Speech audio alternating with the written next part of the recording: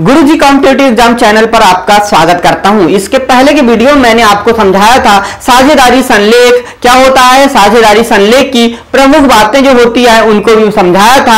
आज मैं आपको बताऊंगा साझेदारी संलेख के अभाव में लागू होने वाले नियम कौन कौन से है, कौन कौन से नियम यदि साझेदारी संलेख नहीं बनाया है तो यहां पर लागू किए जाएंगे। तो देखिए, साझेदारी अधिनियम 1932 के अनुसार यहां पे पूरे नियम लागू होंगे यदि आपने संलेख नहीं बनाया है। तो इस संलेख में स्पष्ट रूप से कह दिया गया है कि यदि आप चाहते हैं कुछ अलग से नियम बनाना, आपके जो बंटवारे के नियम है या पूंजी के नियम है या फिर ब्याज, वेतन, बोनस, कमीशन के लिए कुछ अलग चाहते हैं तो आप अपने साझेदारी संलेख में उसे लिख सकते हैं। लिखकर रख लें तो उस हिसाब से आप अपना लेन देन कर लें। लेकिन यदि आपने नहीं लिखा है और भविष्य में कोई मतभेद हो जाता है तो उन मतभेदों का निपटारा किस प्रकार से किया जाएगा। तो देखिए, साझेदारी संलेख के अभाव में लागू होने वाले नियम जो है, तो यहां पर साझेदारी अधिनियम जो है हमारा अधिनियम 1932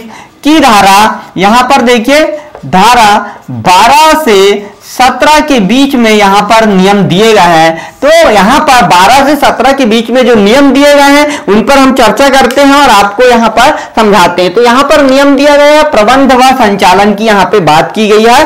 तो साझेदारी संलेख के अनुसार अब आपने संलेख नहीं बनाया है तो यहां पर भारतीय साझेदारी अधिनियम 1932 लागू होगा और इस अधिनियम में लिखा हुआ है कि जो फर्म है उसका प्रबंध व संचालन सभी साझेदार मिलकर करेंगे। यहां पर स्पष्ट रूप से कह दिया है कि जितने भी साझेदार हैं वो पूरे साझेदार मिलकर ही यहां पर व्यापार को चलाएंगे।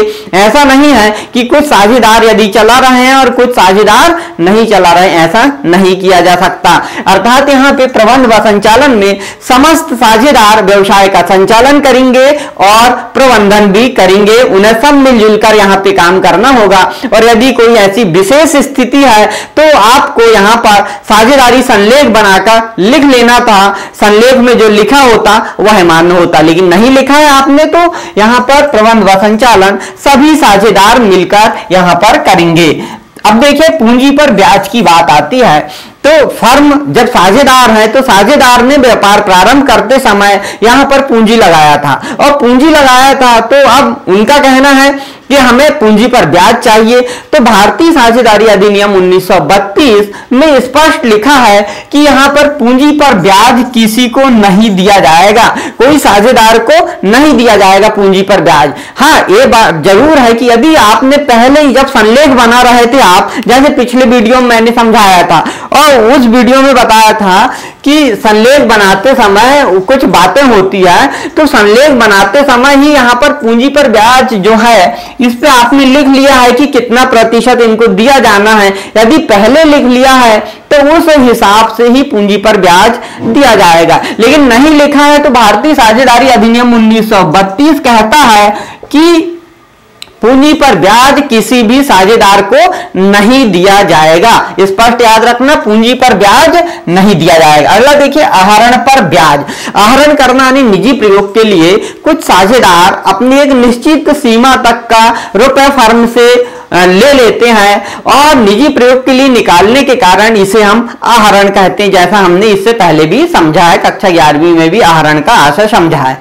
अब आहरण पर ब्याज, तो क्या साझेदार जो है उन्हें भी आहरण पर ब्याज उनसे लिया जाएगा। तो भारतीय साझेदारी अधिनियम 1932 में यह कहा गया है कि कोई साझेदार ने फर्म से आहरण किया है तो आहरण पर किसी भी प्रकार का ब्याज फर्म नहीं लेगी। यदि लेना है आपको तो पहले ही आपको साझेदारी जो संलेख बनाया है इस संलेख में लिख लेना था कि यदि कोई आहरण करता है तो कितने प्रतिशत ब्याज उससे लिया जाएगा। और यदि ऐसा लिख लेते तो हम यहां पर उस दर से यहां पर ब्याज लगा देते। लेकिन आहरण पर ब्याज साझेदारी संलेख के अभाव में नहीं दिया जाएगा क्योंकि आपने संलेख नहीं बनाया। और भारतीय साझेदारी अधिनियम 1932 में लिखा है कि यहां पर किसी भी साझेदार के आहरण पर ब्याज नहीं लिया जाएगा। देखिए, पहला पूंजी पर ब्याज नहीं दिया जाएगा, आहरण पर ब्याज नहीं लिया जाएगा। ये दोनों बातें क्लियर हो गई होगी। अब बात करते हैं लाभ का विभाजन, बहुत महत्वपूर्ण है और अक्सर करके यह क्वेश्चन आपसे परीक्षा में विकल्प के रूप में ही पूछता है कि लाभ का विभाजन। तो भारतीय साझेदारी अधिनियम 1932 में स्पष्ट लिखा है कि सभी साझेदारों को लाभ का विभाजन समान अनुपात में किया जाएगा। लेकिन यदि निश्चित अनुपात में या दूसरा कोई अनुपात आपने साझेदारी संलेख में बना लिया है, पहले से लिख लिया है, तो उस साझेदारी संलेख में लिखे गए अनुपात के रूप में किया जाएगा। अर्थात भारतीय साझेदारी अधिनियम 1932 में लिखा है कि जो लाभ का विभाजन है वह समान अनुपात में किया जाएगा। लेकिन कब? जब फर्म को लाभ हो तब। यदि हानि हो रही है तो वहां पर विभाजन नहीं किया जाएगा। दूसरा, हानि हुई तो एक नाबालिग साझेदार होता है, उसे हानि का बंटवारा नहीं दिया जाएगा, यहां पे याद रखना है। और देखिए, अतिरिक्त पूंजी पर या जिसे हम ऋण कहते हैं, यदि बाहर के व्यक्ति से पैसा लिया तो उसे हम ऋण कहते हैं, और किसी साझेदार ने यदि पैसे लगाए तो उसे हम अतिरिक्त पूंजी कहते हैं। तो इस पर ब्याज की बात है। तो भारतीय साझेदारी अधिनियम 1932 में स्पष्ट तौर पर लिखा है कि अतिरिक्त पूंजी या ऋण पर 6% की दर से ब्याज हमें देना होगा, क्योंकि बाहर के व्यक्ति ने जो पैसा दिया है उसे तो ऋण देना ही हो, ऋण पर ब्याज तो देना ही होगा। इसीलिए यहां पर अतिरिक्त पूंजी पर 6% ब्याज आपको देना होगा। तो बच्चे बहुत परेशान होते हैं और यहां पर पूंजी पर ब्याज भी 6% लगा देते हैं, आहरण पर ब्याज भी 6% लगा देते हैं। बिल्कुल याद रखना, आपको सिर्फ ऋण या अतिरिक्त पूंजी जो होती है उस पर 6% ब्याज दिया जाता है साझेदारी संलेख के अभाव में। अब देखिए, पारिश्रमिक की बात आती है तो पारिश्रमिक के रूप में हम कह सकते हैं कि वेतन, बोनस, कमीशन यहां पर किसी को नहीं दिया जाएगा साझेदारी संलेख के अभाव में। भारतीय साझेदारी अधिनियम 1932 में स्पष्ट तौर से लिखा हुआ है कि किसी भी साझेदार को पारिश्रमिक के रूप में नहीं दिया जाएगा। अच्छा, दिया जाना यदि कोई मांगता है तो उसे नहीं दिया जाएगा, नहीं तो यदि उसे लेना था तो साझेदारी संलेख जब तैयार किया जा रहा था हमारा, उस समय ही उन्हें लिख लेना था कि किस व्यक्ति को या किस साझेदार को पारिश्रमिक के रूप में वेतन मिलेगा, बोनस मिलेगा या कमीशन के रूप में यहां पे पैसे दिए जाएंगे। यह बात स्पष्ट रूप से पारिश्रमिक के रूप में दिए जाने की बात लिख देना था। लेकिन भारतीय साझेदारी अधिनियम 1932 कहता है कि यहां पर किसी भी साझेदार को पारिश्रमिक नहीं दिया जाएगा। अगला है फर्म की संपत्ति का उपयोग की बात करते हैं। और फर्म की जो संपत्ति है उसका उपयोग कौन कर सकता है, क्योंकि सभी साझेदार हैं।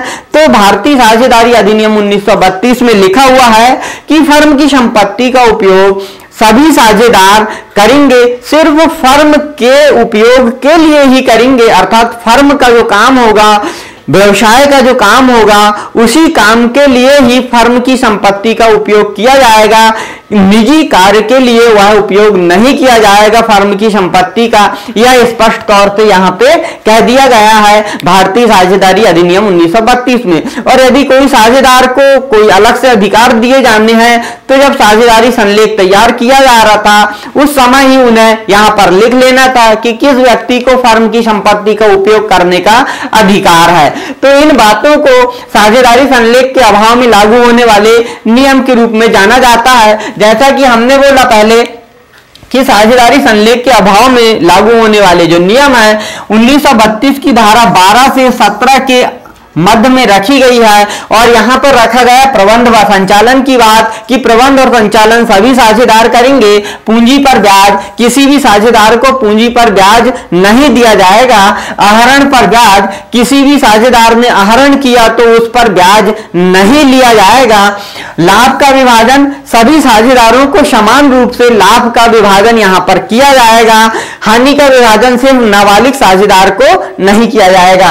अतिरिक्त पूंजी या ऋण ऋण की बात करते हैं, ऋण पर ब्याज की बात करते हैं, तो ऋण या अतिरिक्त पूंजी पर 6% की दर से ब्याज देना अनिवार्य है, उसे दिया ही जाएगा। अगला देखते हैं पारिश्रमिक। तो पारिश्रमिक में हम बात करेंगे कि किसी भी साझेदार को पारिश्रमिक पाने का अधिकार यहां पे नहीं होगा। और फर्म की संपत्ति का उपयोग की बात करते हैं, तो फर्म की संपत्ति का जो उपयोग है वो फर्म के कार्य के लिए ही किया जाएगा, निजी कार्य के लिए नहीं किया जाएगा।